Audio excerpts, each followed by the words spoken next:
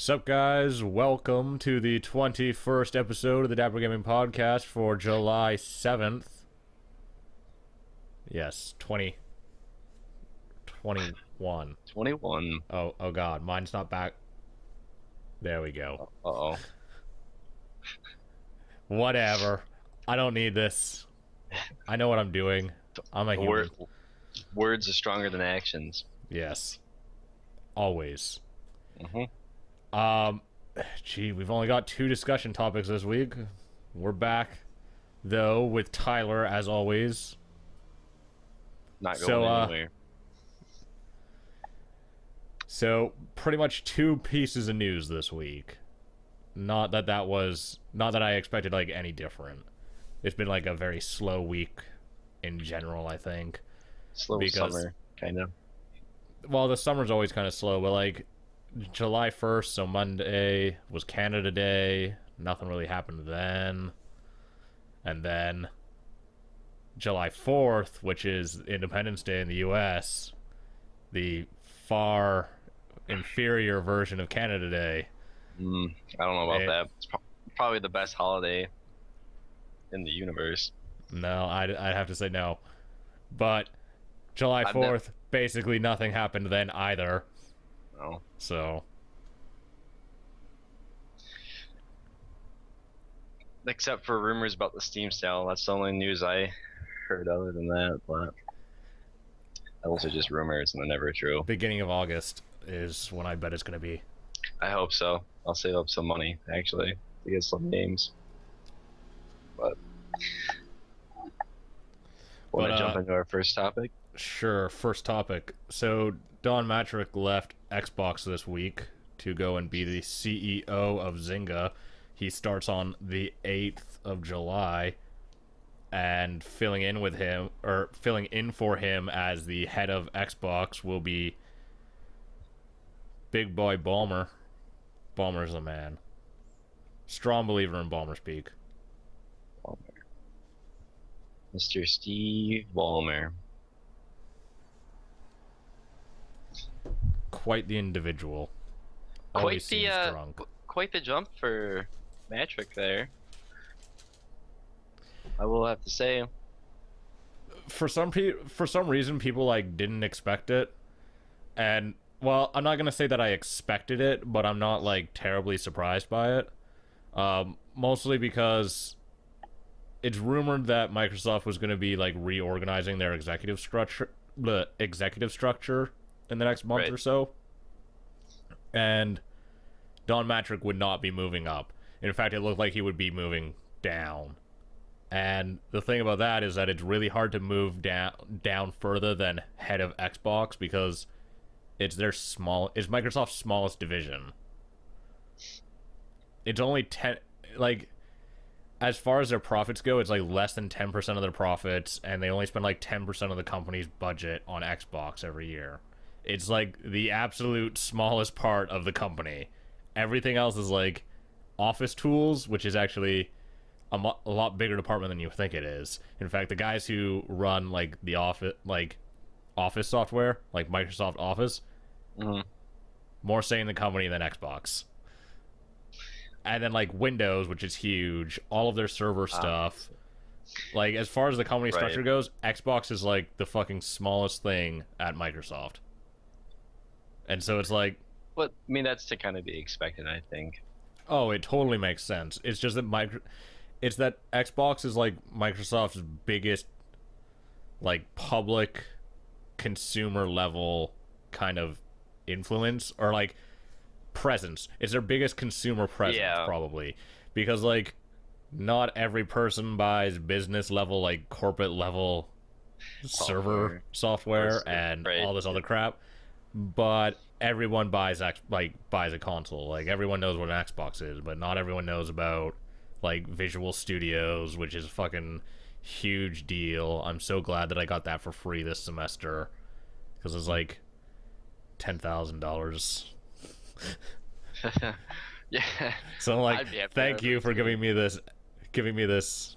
Yeah, doesn't matter. But like, as far as what Microsoft makes money off of, like Xbox is nothing. So as far as what they pay their executives in Xbox 4 is probably very little in comparison to everyone else. And as far as company influence goes, you basically don't have any. And so, like, if you're in Xbox, the way it kind of works, at least to my understanding, is that you're stuck in Xbox. There's, like, nowhere to go once you're there. You're fucked. It's the end of the road. And so, instead, like, Mattrick's at Zynga now. He's the CEO of Zynga, starting tomorrow. And he, like, has an actual influence over the company. And even though the company's failing terribly, if he turns it around, he's the person who saved Zynga. And if he doesn't turn it around, then whatever. The ship was going down already. It wasn't his fault. He just jumped on board. That's it. Yeah. Yeah. So, no, now that you explain like that, it does make sense. I'm like a smart move for him, but yeah, because one of the things about being like an executive at that level is that the paycheck doesn't even matter that much, as much as like what you can do as an influence, because you try to basically like work out all your bonuses, and so he's probably maximized the bonuses that he can actually get from Microsoft, which means like he's capped out on what he can make as far as growing the brand. But like if he saves Zynga, then he'll have huge bonuses as a result, and he'll be able to probably even make more money than when he was at Microsoft, because your salary is not really the part where you make all your money as an executive. It's your bonuses. But I think, like you said, it's just aside from not being able to influence Microsoft, at Zynga he'll have a huge influence, which means more of a personal gain too, I think, rather than a financial gain, which is what I know a lot of people look for. Like, he can actually see like the progress, I guess you can say, if he does turn this company around, which I'm not sure about, because from what I know, I've never really cared for Zynga, but games at least. But I don't know how that company exists at all. They made like $60 million, and they had a shitload of investment capital put into them, so they spent like $30 billion on acquisitions, and now they're closing down everything they bought because they can't afford to run it.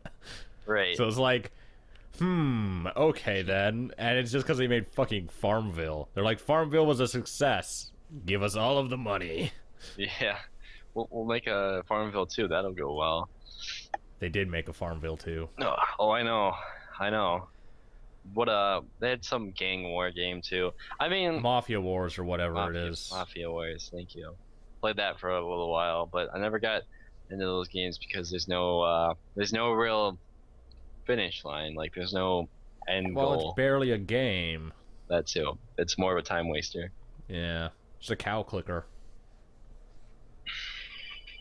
Put it in different words, yeah. So, I mean, I don't know, like, what any of the plans are for them, though. You know, like, how can he really turn around a company that does one type of, like, one set style of game? Well, how can you turn that around? It's not fair to say that they do one set style of game. They don't do one set style of game. They have 3 major, like, cow clicking type games in Farmville, Mafia Wars, and Tiny Towers, or is it the rip-off of Tiny Towers? I don't think they did Tiny Tower. Okay, but they ripped it off then, because they have one that's just like it, where like you manage like a hotel or like a condo or whatever, like a high-rise. Yeah. They ripped it off. It's like called Dream Heights or something. Okay. And then outside of that, they bought Words with Friends. I know the guy who actually made Words with Friends, and so I know that they bought it off of him. Yeah, okay, they're definitely bigger than what I thought. Like, well, yeah, because they used to have a company called Zynga Boston, which they closed down. But the Zynga Boston, before they were called Zynga Boston, was just like a couple students from Harvard that I met through my aunt, and they made Words with Friends, which is a super simple idea. It's made like them Scrabble. A lot of money. And then they bought Draw Something, but they just closed down the company that made Draw Something. Like, as far as what they've made, yeah, they've made like one type of game where they rip off, like, where they just steal other people's ideas, and then outside of that, then they've bought games that were really successful. that are traditionally board games but transferred to phones. So like Draw Something is basically Pictionary, and Yeah. Words with Friends is basically Scrabble. But those games transfer well, anyways. Yeah. So, yeah, I mean, I guess they do have, and they have like a poker game, it looks like too. So they obviously Oh have. yeah, and they've had problems with that as a result of internet gambling laws. Hmm. So, oh, let's hold this right there. Yeah. What? I mean, how do you expect it to get turned around? Like, Um, if even possible. oh, it's more than possible. They just need to stop buying stuff and start trying to just make something. They just need to develop something. They have a huge development team. They have huge development teams. They have tens of, they had like over a dozen studios last year, but they didn't like release anything basically.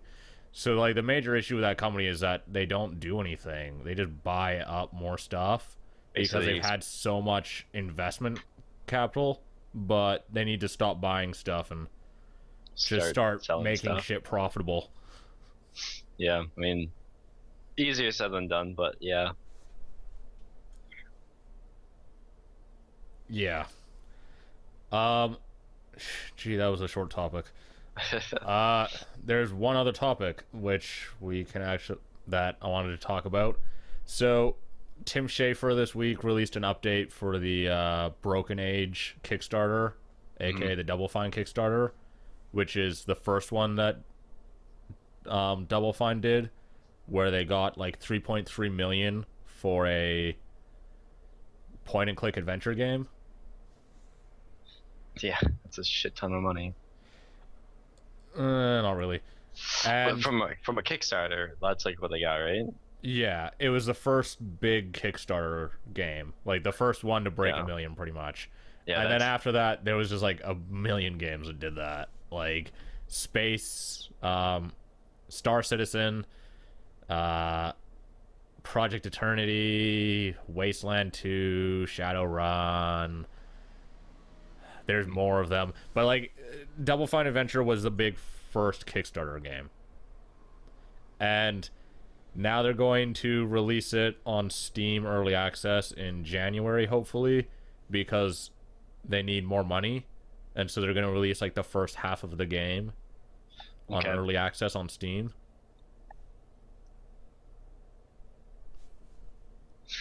And I think that's a great move. At least what they said going back to Kickstarter is the worst idea they could do. Definitely agree with that. Yeah, as someone who's like Kickstarted games, I'd be kind of I didn't kickstart this one, but I did like donate money and buy a copy through PayPal like later. Because at the time I didn't have the money to kickstart it initially. And so like I've already put like $60 into this game. If they went back to Kickstarter to ask me for more money, I'd be kind of like, It's almost, and it's not like an abuse of the system, but it's more of a, like, you can kind of see why, I guess some people are really against that system, or it just, I don't know, it feels like you lose credibility in that way, where you just keep asking for more money when you ask for an initial amount. Yeah, and one of the issues with this particular project is that they've already done 2 extra things to raise money for this game. They did a Humble bundle. Right. They did that the Amnesia Fortnite bundle, which raised money for this game. And I bought that too. And then they did another bundle which had Broken Age in it. So this game is in like another bundle that they already did. And it was the Double Fine bundle where they did like Psychonauts and Costume Quest and what's that metal game? Why can't I remember the name of it? I kind of enjoyed it besides the RTS shit, which was really broken. No idea. Had Jack Black in it. Oh, Brutal Legends? Yeah, that's the one. Yeah. Instant you chose that. Well, the problem with that though is that on Humble Bundle you can choose where your money goes to, right? And Yeah. I don't know if it was different for that like that bundle, but that's like that is a flaw too. I mean, not that you expect to get all the money, but when you put that option up, you don't always get 100% of the profits. So Yeah. And so they've already done extra stuff to try to raise money for yeah, this game. And they're out of money again. And especially when you consider that the original amount that they were asking for was $300,000 right. on That's Kickstarter. and they made like 3 million over that. Yeah. Then what? Like you kind of start to ask questions. And I know Double Fine has produced some great games, and like Tim Schafer is very recognized. Tim Schafer did Maniac Mansion, Day of the Tentacle, and fucking Monkey Island 1 and 2 and 3. So like, you have credibility through that, but at the same time, that just seems like a really like that's something you that obviously like a last resort. You have to go back to the fans to ask for money. So To be fair, he's not making the game that he was going to make if he got $300,000. He's Like, I been know really clear about that. it's going to be something like it's going to be worth your money and worth the wait, obviously. And I think going back to what we were saying, like the names and who it actually is, helps to solidify that. But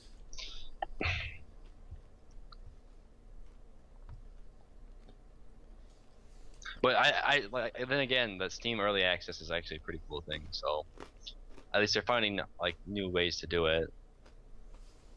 But so so the game's gonna release in 2 parts now. Is that correct? Where Yeah, they're going to release in January on Steam Early Access. It's going to be the first half of the game. And then when the second half gets done, it'll be patched into the game. oh, okay. That's I don't know. That's still kind of a little hazy. Like you get halfway done, and then what? Like if there's no like really conclusion Like, to if the it part doesn't you're at. sell, then how are they going to make the second half? Exactly. What happens when you get halfway through the story and you're kind of like, "Well, I can't wait. Like, I need to play this," and then you can never get to. So Because there's already been a million opportunities to buy this game at like a reduced price from what the final price is going to be, because it's not going to be a $10 game. But like, you can buy it right from their site. You could have got it in the Humble Bundle. You could have got it on Kickstarter. So how many people are left to buy it when it goes on Steam? right, it's especially with that like publicity too, with being it's only part 1 of part 2.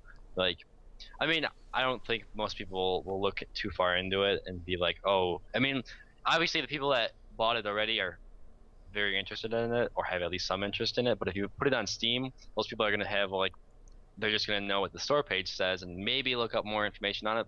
Probably not. So they might be not like obviously like swindled is the wrong word, but they might end up paying for the game and it's only halfway done. So they're gonna have to be very clear about what they do, I guess.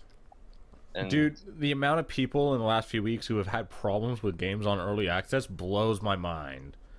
Because like, a lot of the devs are really clear about what is in the game, and I think Steam's really clear about these games being unfinished. right, And the amount of complaints I read on like the Steam discussion forums and stuff about games in early access that aren't done, mind-boggling. which is it's early access beta, correct? That's like It's not necessarily in beta.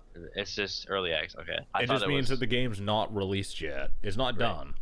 okay. Like, you look at there's a game called Folk Tales, and it's on early access, Yeah, and all it is the tutorial for the game. That's all there is right now. People bought it thinking that the game was basically done, and they're like, no, we just have the tutorial done.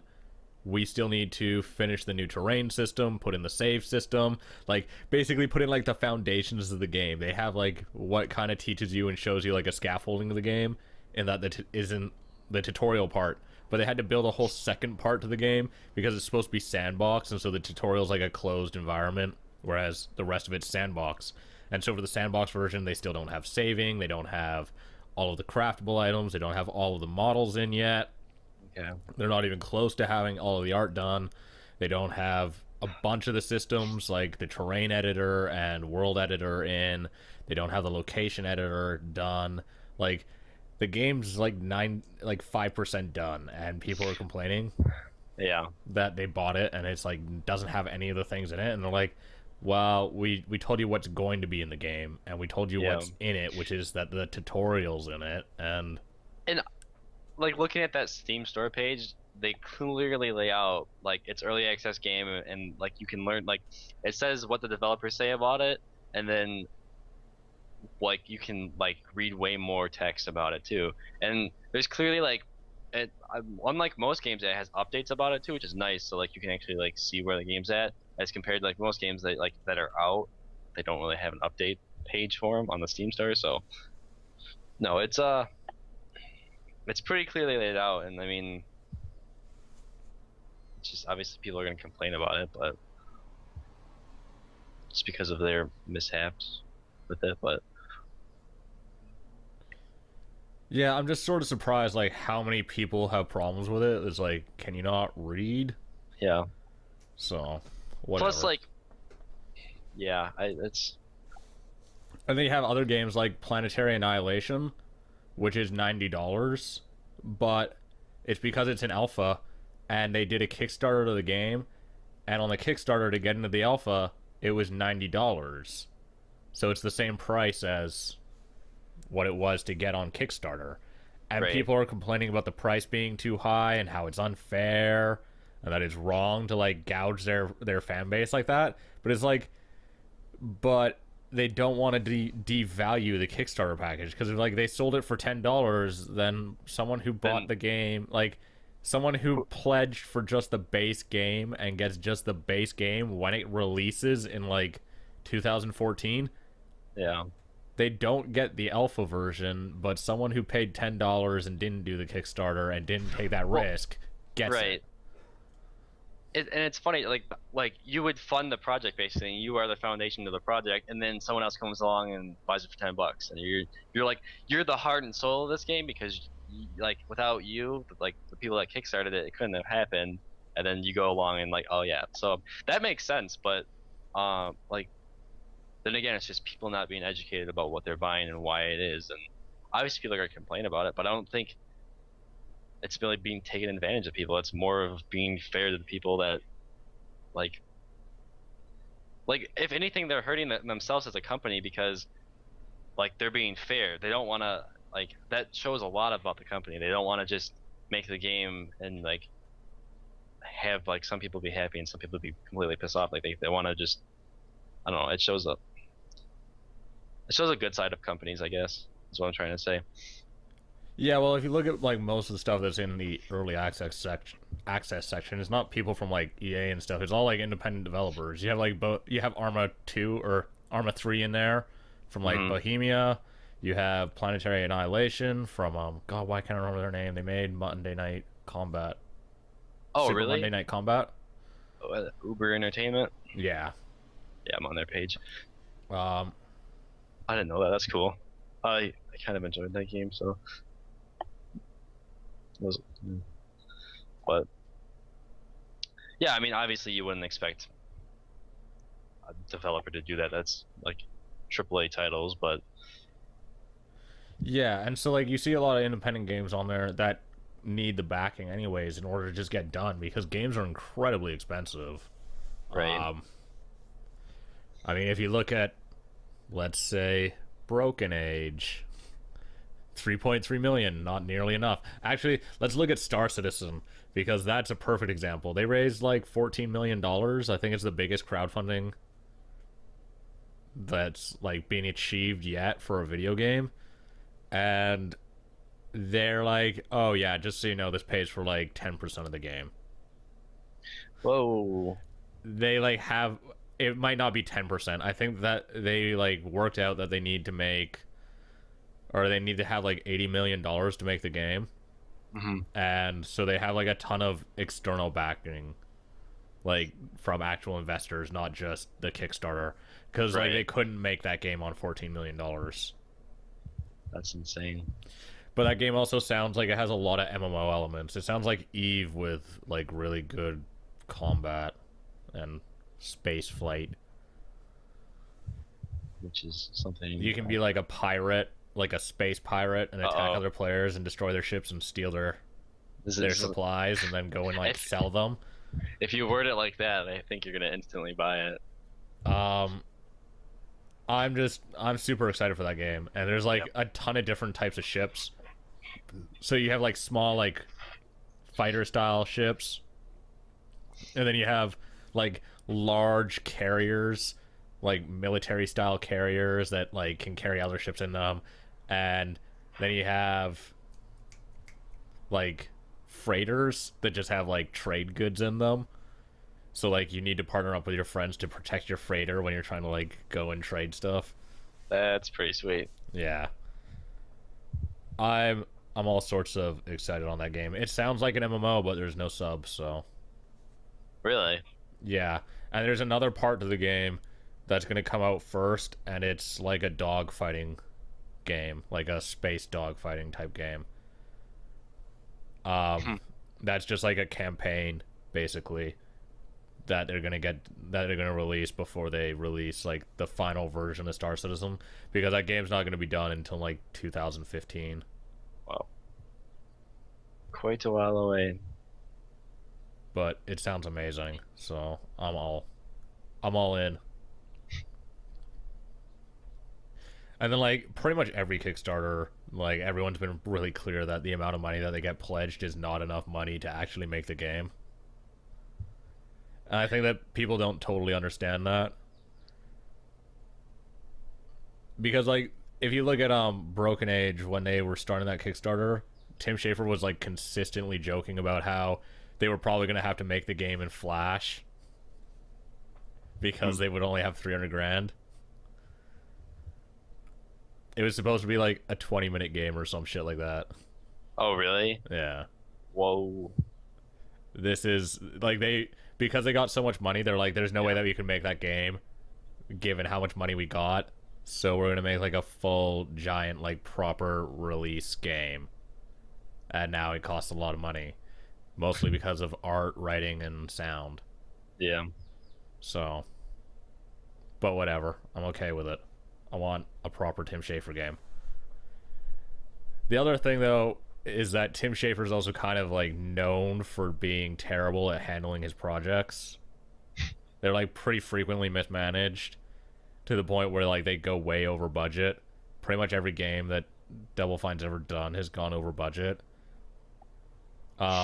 Like, Brutal Legends was originally a game being published by Activision, but because Tim Schafer went so far over budget, they canceled it. Really? Yeah. And Tim Schafer hates Activision as a result. It still got released though. It did get released. It got published by EA. Oh. But Activision tried to like block its sale because they like own part of it as a result of putting all that money in.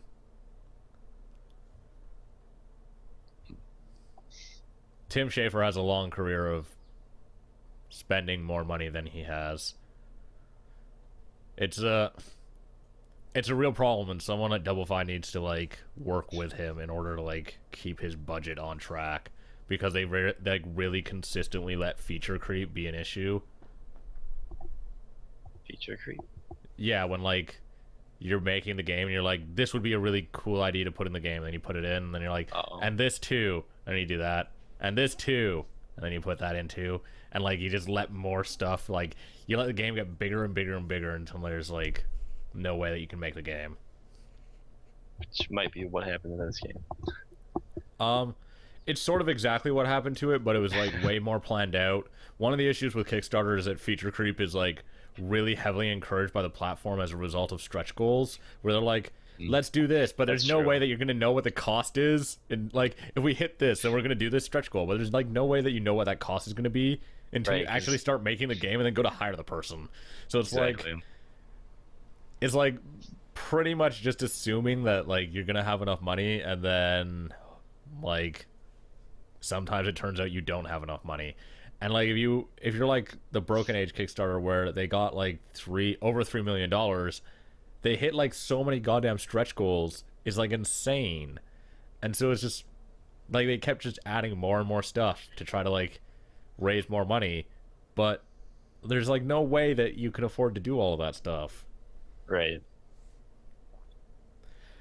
And I feel like that's a really big issue with Kickstarter that definitely needs to be addressed, at least within games, because like the stretch goal stuff, I can't even think of anyone else who does stretch goals. It just like any other stuff that you like get on Kickstarter. They're like, we need this much money, and then if they get more, they got more. To be honest, the only time I've seen it is for Anamanaguchi, their album. Well, that's music. I don't know if you were like trying to compare it to that, but that made a lot of sense though, because that was like more physical prizes, like shirts and records and like USB drives. So like you can kind of put a price on it. At least it's a lot easier. There's lots of physical stuff in Kickstarter stuff too, though. Oh yeah, like, I mean, usually starting at $100, they start sending you like physical copies of the game, even though the game's not getting a physical release. Yeah, stuff like that. So I mean, I get that, but like I guess that's completely different from a comparison of stretch goals where it's digital content, where it's not like you said, it's not like price, like a specific price on it. But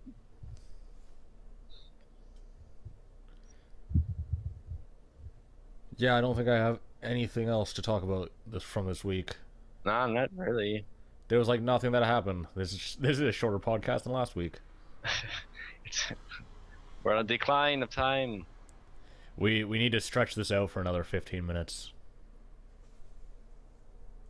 But how do we do such a thing? You could talk about the worth of Princess Peach's castle of almost $1 billion. Wait, did someone actually calculate the value of Princess Peach's castle? Yeah, there was an article on Polygon, and it's actually by it looks like, yeah, a real estate company actually did it. Like, not associated with games at all, really. That's the company, Movoto blog. Someone said it from Super Mario 64. It's Oh, you know what we should do? We should definitely acknowledge that there's a Kickstarter out right now called fuck, what was it called? Oh my god, why can't I remember the name of it? I was looking at it earlier. It's got pirates. Uh-oh. Is it Pirates vs. Vikings 4? No. I'm very behind on the Kickstarter scene. I look at stuff even though I can't afford it. I'm not even like remotely close to being able to afford any of it. Is it the Crossbones, the swashbuckling pirate adventure game? No. Literally, I just googled That's not what it is. Kickstarter pirate game. That's all I got. Pirates vs. Dinosaurs? I'd play that. That just sounds ridiculous. Apparently Kickstarter is bigger than I remember it being. Oh. Wow. Yeah, for some reason Kickstarter's like blown up as a platform. I'm not Probably even totally sure why. Probably because it's been successful for companies and they get publicity about it, so like everyone thinks it's a good idea.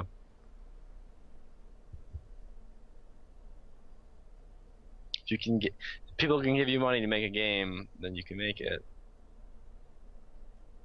Freebooter, that was what it was called. Freebooter. Yeah, it's about pirates.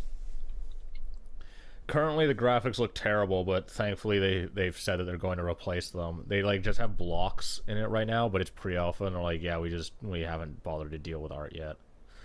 So it's just like all blocky and looks gross. Looks like Minecraft. Yeah, and I just don't want to do that. No one does. Only Minecraft does. There's a game that I like better that has blocks. Cube World. Did you see that yet? No. I tried to buy it, but one, I found out the game's $20, and And then 2, you can't even buy it because their website's so broken because everyone's trying to buy it. They've been trying to buy it since the game went on sale. And so it's just, like, impossible to buy. It's come to the point where I'm like, I really want to talk about this game, but I haven't been able to buy it all week. And I know that there's a copy with the online play floating around on V. So it's like... That's it looks neat. I mean, Which one are you looking at? Cube World. Oh. Of course that game looks neat. It's an open world RPG with cubes. It's like Minecraft, but with more emphasis on the fighting and not building. It's an MMO and cubes, yeah. It's weapon customization. Ho ho, that's pretty neat. You can spend blocks to make a weapon look cooler. LAN multiplayer? What? What, LAN? Like you host a server in your house? Yeah, that's such a uncommon thing. I thought.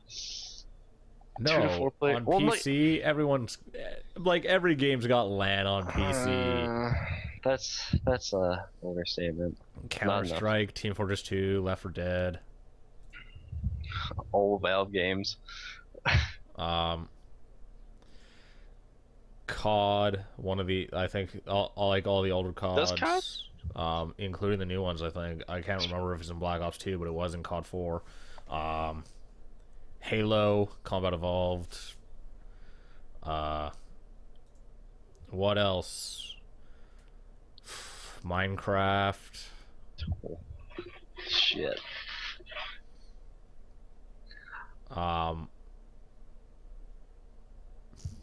If it's not on Steam, I won't buy it.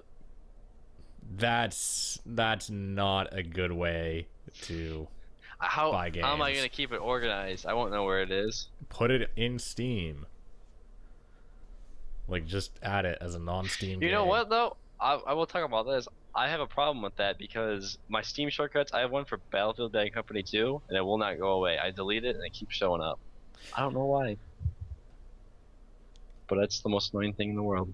I installed Black Mesa, like the mod Black Mesa, and I can't get it off my Steam. I don't even have the game anymore. That sucks. Yeah. I apparently don't have that on here. I thought I did. I wanted to play that because I haven't beat through the first one.